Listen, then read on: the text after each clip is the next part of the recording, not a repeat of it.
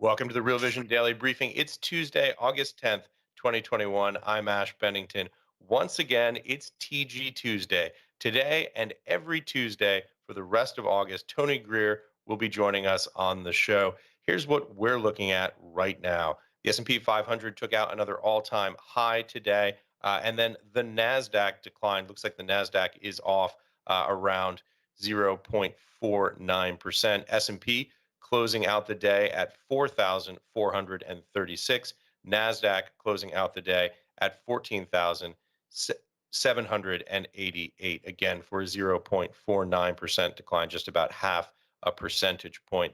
The Senate passed a $1 trillion infrastructure bill today on a bipartisan basis. The vote passed 69-30 in the U.S. Senate. However, the amendment we discussed yesterday to roll back some of the specific legislation targeting players in the crypto ecosystem for tax reporting did not pass. Here's what happened. The amendment needed unanimous consent to pass. It didn't get there, not because of the crypto bill itself, but because of two senators, one Democrat and one Republican, tangling over a different amendment about military spending. So the amendments did not pass. Tony, let's pull you in. Always a pleasure to have you here. Thrilled to have you here for the rest of the month. Welcome back to the show. Yeah, man, let's put a streak together and try to get a good handle on these markets, shall we? Yeah, so let's jump right in. What are you looking at right now?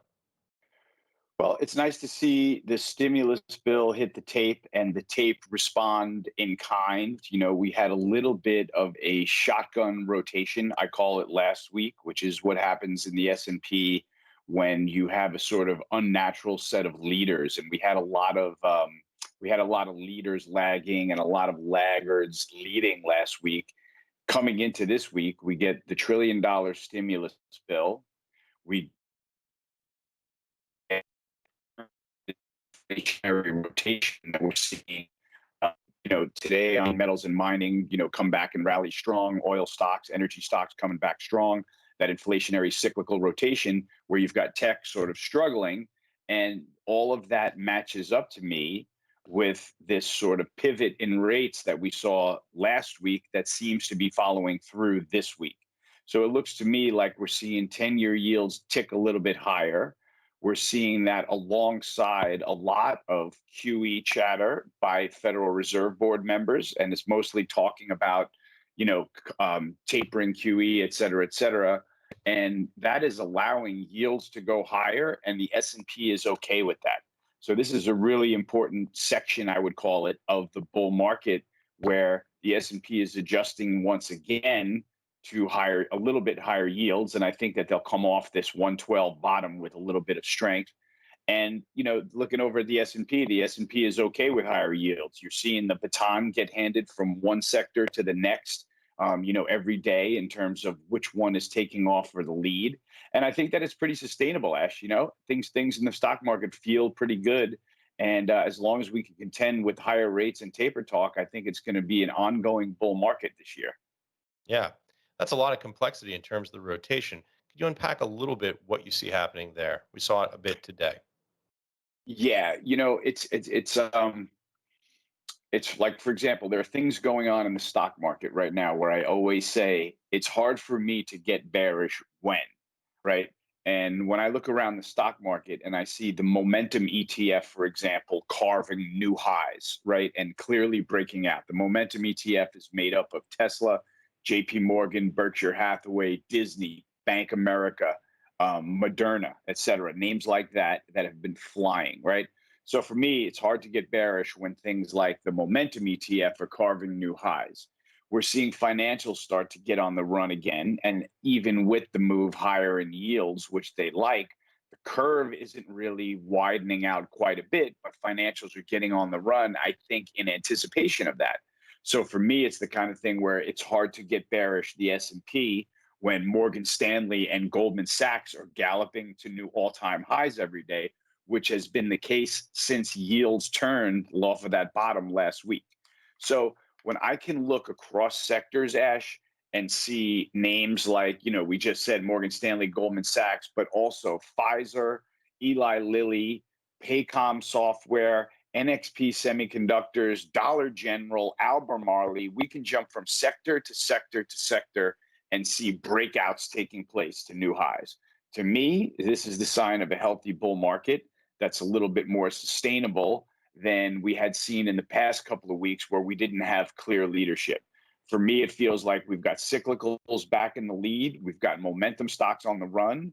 We've got the S&P breaking up through 4,400. And for me, like I said, this is something that we get into right now, which is like the power curve of the bull market trade in equities. The signs are all pointing to this being sustainable despite a little bit of a rise in yields. And this is just a scenario that we've seen before that just really shows that stocks are really comfortable in this environment. That's really, I think, the clearest way to look at it. Yeah, interesting points that you make there, Tony. You also mentioned up front that you are looking at or listening to and following closely the taper talk. Yields have risen a bit. 10-year right now trading at about 1.34. It looked like it was trading at the beginning of the month at 1.72. There's a little bit of lead in that trade on the yield side. What are you thinking about that? What are you watching, and how are you factoring it in to your broader outlook for U.S. equities? Well, what I'm looking for, Ash, is for the US equity market to be able to contend with this move in yields, right? So, what I want to see is yields go higher and it not take the legs out from underneath the S&P, which is something that we've seen before, but usually something that we see when 10-year yields are up around one and a half, two, or even higher than that. That's something that weighs on the equity market. Right now, we called a reversal last week on Twitter right after yields bottomed at 112 earlier in the week. We were looking for, sort of red to green action in yields. We got that last week. We got a close in the 10-year yield above the 200-day moving average, and they continue to tack higher. Now, the taper talk is important to me because all of a sudden we've seen about 6 or 7 Fed members in as many days, or even fewer days, I should say, come in some kind of guidance as to how this is going to happen. If you remember last week, we had Clarita say they could see making a taper announcement later this year. We had Kaplan say he wanted bond buying taper to start soon. We had the Fed's daily say that they will do something on asset purchases around 21 or 22. That was last week. This week, we've had the Atlanta Fed's Bostic say that tapering purchases should take place after these couple of months of solid employment gains. And then we just saw the Boston's Fed Rosengren come out and say we should start some kind of a tapering process as early as this fall. So yields are taking this and bumping higher. And, like I said, today you look at the equity market and see how it's handling it. And we've got an interesting dynamic with energy stocks regaining the lead alongside metals and mining, right, Ash? So I want to mention, if it's okay, that I just did a really good rundown of the energy market, of the oil market, with Tracy Schuchart. And, I was really, really nervous about the fact that we were in a very consensus view, she and I. It was like a little micro sentiment study, right? We're looking at each other. We both got bullish fundamental data. We're armed with bullish fundamental data. We both think that the next $15 in oil is going to be higher. And we come in the next day to a $5 slide in crude oil, right? Like almost perfect for, going out there and putting ourselves on a limb and saying we think the next $5 is higher. But what's most important, a couple of days later, after we said that it would be met with buying, we saw the dip be met with buying, and we saw the dip down to 70 translate into a rally to about 74 or nearly 75, $70, back to $70 in crude oil. So crude oil is back on its feet again and now leading the equity market. And that's a dynamic that we've seen all year. So for me, the equity market is healthy, good to go. And we are like very much in a power curve of the trade, if that's fair to say. Yeah. One other thing I'm curious about, you mentioned oil. What's your outlook right now for other commodities, and is it tied to the oil trade? Well, I feel like the commodities are being separated out a little bit by the Federal Reserve almost. And I don't know if that's being something that's being done consciously, or if it's something that's sort of happening organically out of their attempt to manage the inflation that we see on the screens, right? If it was pretty clear a couple of weeks ago that Jerome Powell was coming after the inflation trade defending his transitory comments and kind of getting a dollar rally started. We saw what happened to the gold market when the dollar rally got started, right? First, the gold market started coming off slowly, then it started coming off quickly and in large magnitudes. So it was important for me to see that while we're seeing so much actual inflation and the markets even interpret inflation coming, we're seeing inflation barometers like gold crash and fall through the floor. Now, part of that is due with real rates rising, and I can accept that. And part of that is due with positioning getting overloaded to the long side in gold and there being a lack of follow through. So we've got Ash, you've got inflation beacons like gold that seem like they're being dealt with by the Fed and other central banks to take the sort of shine off of inflation a little bit. And then you've got commodities like, base metals that really won't give up the ghost yet of the rally. You've still got aluminum making new highs. Copper is hanging in strong at levels that we thought it was about to break down from. So there's still some underlying strength in commodities. It's just that we're dealing with a pullback in gold, some consolidation in the energy markets, and maybe the same in base metals markets while the Fed is talking transitory. But to me, all of this stuff, none of these rallies have been derailed, if that's fair to say. They've been calm and cool pullbacks, all within technical boundaries of a bull market. And I think that all the commodities are likely to get back on their feet and rally again, especially because Biden keeps proving us right, saying that his answer is going to be stimulus, another check, another infrastructure bill. And I think we have to get used to that. And I think the tape is getting used to that as well. Yeah. Tony, on the heels of that, that sets up perfectly a conversation that we had on Real Vision today with Stephen Van Meter and Alfonso Picatiello. This is on the essential tier. All of our Real Vision essential tier subscribers can take a look at it precisely on some of the points you just made. Let's take a look at the clip. So I am on the disinflationary camp. So, inflation or deflation, I guess there is some sort of a gray area. It's tilted towards deflation, but I will call it disinflation, Stephen. So I think global economies are still will still be able to produce some positive year-on-year inflation numbers, but it's just that the pace of these inflation numbers is rather going to be very shallow. Let me put it like that. So what are some of the signals that you look at to determine whether this is transitory or not? Yeah, so I think you just have to try to get the big picture here, right? So let's look at the forest rather than at the trees.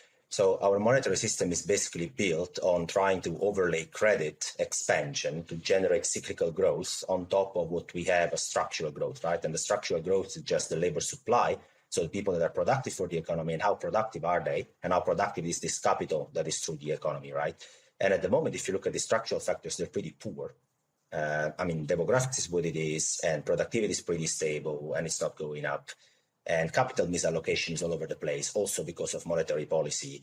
So, the structural forces are pretty shallow. So what we try to do is always to overlay cyclical growth on top. So it looks like that we're growing in a healthy fashion, right? But what we're doing is just we are using credit effectively to overlay on this. So every time we have this credit impulse growing, people feel like it's a regime change. It's the nice side of the medal. It's 2018 all over again, or it's, I can make other examples, but it's 2018, it's late 2020, beginning 2021. It's all these regime changes that you hear a lot. And at the end of the day, they're just credit sugar rushes, as I call them. So there you have it. Let me just reprise something that Alfonso said that I thought was very striking. He says, quote, "So let's look at the forest rather than the trees. Our monetary system is basically built on trying to overlay credit expansion to general cyclical growth on top of what we have seen as structural growth. And the structural growth is just the labor supply. People that are productive for the economy. And how productive are they? And how productive is this capital that is the economy?" And then he goes on to say, and here really is the gut punch, a lot of that at the end of the day, they're just credit sugar rushes. Now, Tony, what's so interesting to me about this is that when Stephen Van Meter asks Alfonso Pecatiello what camp he's in, he says he's kind of a disinflationist. You are, I think it's fair to say, more of an inflationista. but boy, it really sounds like you guys agree on this point. Yes, there's definitely somewhere where we overlap. I like how he Mm. put that we are creating credit expansion, to create cyclical growth on top of organic growth, or he put it something, Yeah. along those lines. And I think that that alludes to, the fact that, what we've been saying is that the Fed is not stepping off the gas here, despite Right. the fact that we've got PMIs close to 60. We've got unemployment falling way back to the fives and six handles now. We've got, GDP growth is in line, CPI is, trading above targets, and the Fed is not letting off. So where he might call that a sugar rush, I might call this a sort of sustainable addiction. Like, I don't think that this is necessarily something that the Fed is going to start and then take away. To me, that would be sugar rushy. But for something that it seems like the Fed has started with consistent accommodation to the markets, and it doesn't feel, you know, look outside your window, Ash. This would be a perfect time to start, the tightening rates, talking about tapering, and that's what they're doing. But the fact is, the balance sheet of the Fed keeps grinding higher, right? So as long as they maintain this position of constantly accommodating markets, I would agree that we're looking at the same type of effect being caused. I just think it's a little bit more permanent because I don't see the Federal Reserve easing up. So, I think Yeah. we are. It's interesting. We overlap a little bit. And I don't really like to argue with deflationists. I really don't, because I know that we've got a big enough debt pile, and there are a lot of deflationary factors in this market. And that's not really where I make my money as a trader, right? Our trader is in analyzing the markets and seeing what's responding, whether it's inflationary, deflationary, or what. It's, that part is interesting to talk about, but it doesn't, not that's not where the rubber hits the road when it comes to making Right. money trading. Well, it's interesting because there's obviously some fine shades of differences you just very eloquently pointed out between the Peccatiello view of the world and the Greer view of the world. But here's what I find so interesting. Typically, when you look at inflationists' views and deflationists' views, typically they're just completely opposite views of the universe. But what's fascinating to me is it sounds as though at core, you guys both very much agree that the Fed intervention is bad for the economy. That's really the core takeaway view. It isn't that, one says more stimulus, the other says less. Both are saying, hey, guys, this is really a concern. We need to look at this, maybe some slightly different paths forward in terms of the risks or the impact you see, but both expressing, you and Peccatiello expressing significant concerns. Yeah, my concern is mostly, I guess, on a more socioeconomic level, where the wealth gap is clearly something that is widening at a frightening pace right now. While the Fed is inflating assets, clearly it goes back to our original postulate that if you have assets, you're going to be okay. And as we know, they are inflating the stock market, but not a large enough sector of the U.S. population has their wealth attached to the stock market. And so that's where I see a potential problem coming through in the future, especially if we start creating inflation beyond what they can control. Because obviously, if you are on the economically weaker side of the equation, rising prices in the grocery bill and your transportation costs, all of that is going to become a problem at some point if these prices start rising. So we do see problems ahead. I think we just look at it from a little bit of a different angle. If we were in the same conversation, we probably have even more overlap in common, to be honest with you. Yeah, I suspect that's true. Hey, Tony, what do you say? Should we jump into the questions a little bit early today? We got a Yeah, lot yeah, coming man. in. Let's hit it. Summer doldrums, man. If they want to make something to talk about, let's give them something to talk about. Yeah, here's a great question from Jason. He wants to know, Tony, what are your current medium term thoughts on base metals like copper? This has been one of the conversations going on in my head that I'm really, really wrestling with. I rode the metals trade higher really, really well. Traded Freeport McMoran and the XME Industrials ETF from the long side like a champ. Managed to get out, very close to the highs with the trailing stop mechanism that I like to employ. So I've been waiting patiently for an entry level. They're not giving me an entry level on the downside that I'm comfortable with. I never feel like they've gotten cheap. I definitely feel like I may get lured back into them on the momentum side, on the upside once again now, because as this $1 trillion stimulus bill hits the tape, as you can see, the metals market seems to be responding positively to that.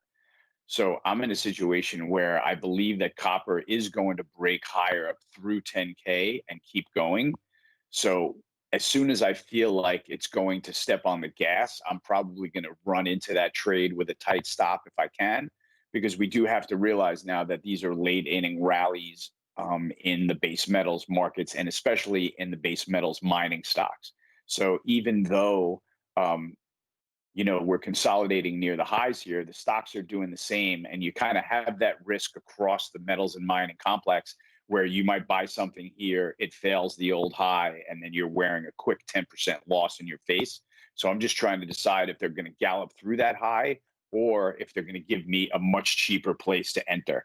And so right now I'm watching carefully, but I'm still bullish the sector, looking for a place to get in, and I'm growing impatient with that, if that's fair to say. Yeah. Tony, here's a question. Here's a question from me. This is the question that I would ask if I were in the audience today instead of hosting the show. And the question is this: I don't know how closely you followed the events around the infrastructure bill, particular to the crypto amendment yesterday. But what are your thoughts there? What's happening right now? I should say, going into this, crypto still quite strong, keeping its head up. Bitcoin 45,563, Ethereum 3,149. Bitcoin on the week up 19.8%. Ethereum on the week up about almost 28%, Tony. So listen, I am flabbergasted by the Bitcoin performance to the point that I added the Coinbase IPO coin, the ticker, to my view matrix just yesterday, right? When Bitcoin, to take a step back, Bitcoin is one of those things that's happening in the world, whether you like it or not, right? And it seems like you can get on board and be in it, or you can just totally let the world go by and not be in it. Bitcoin to me looks like I'm getting a chance to buy it at around 20K. It's teetering on that 30K support level. We trade below 30K and we recover 30K. And then all of a sudden, we start slicing through the moving average resistance levels on the upside through 38K, 40K, and 42K.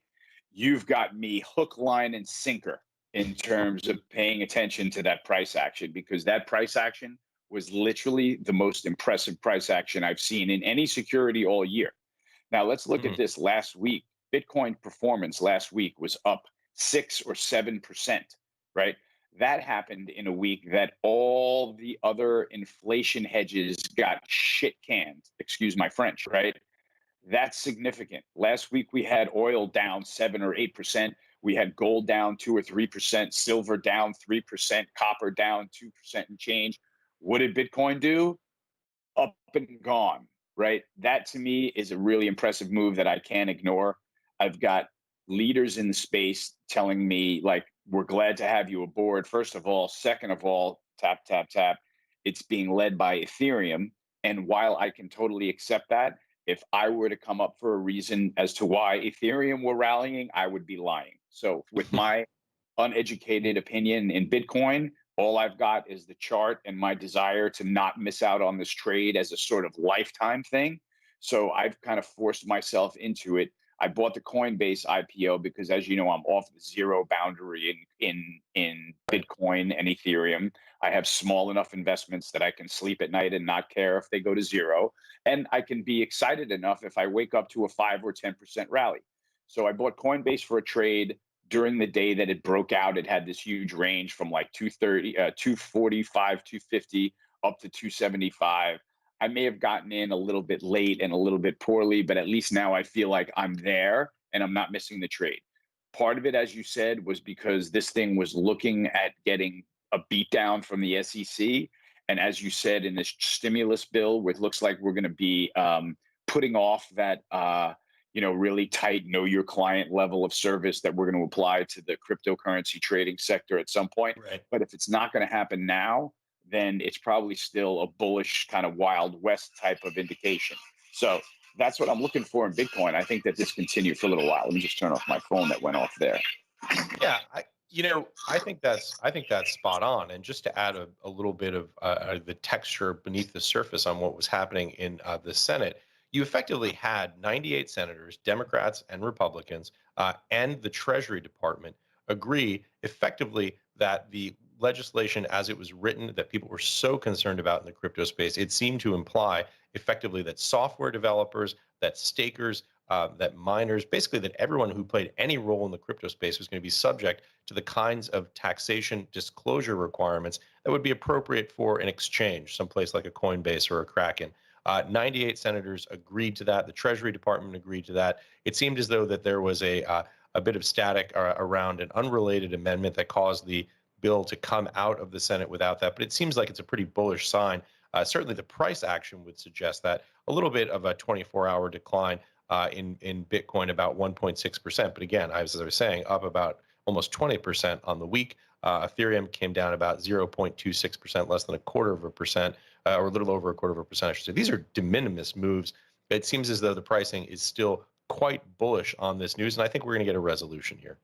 Yeah, I was going to say these pullbacks are de minimis in terms of Ethereum that just rallied 75% off of its Yeah, $1,700 low. It rallied straight through 3K, straight through the resistance levels, and has essentially gone parabolic. So that yeah, was really great unpacking of the SEC and the more technical rules that are will probably driving the moves that we're seeing right now.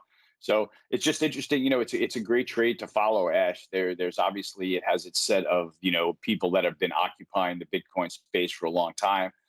It's really interesting to see that recovery from being literally on the mat with its eyes rolled back.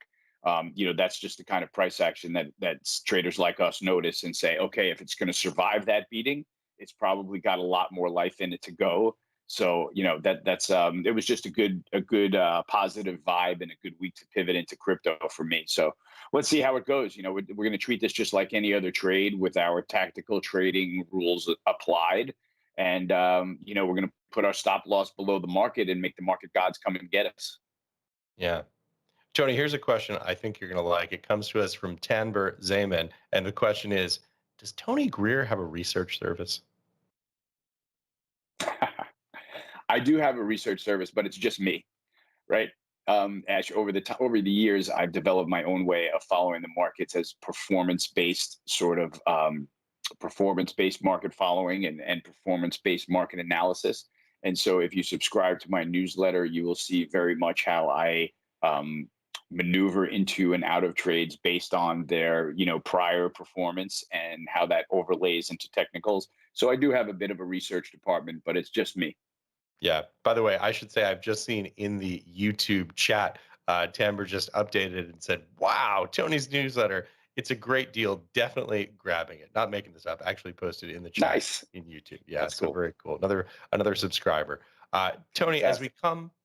as we come near the end of this conversation, give us your final thoughts and tell us a little bit about what you're going to be looking at in the week ahead. Yeah, my eyes are still peeled on the treasury market.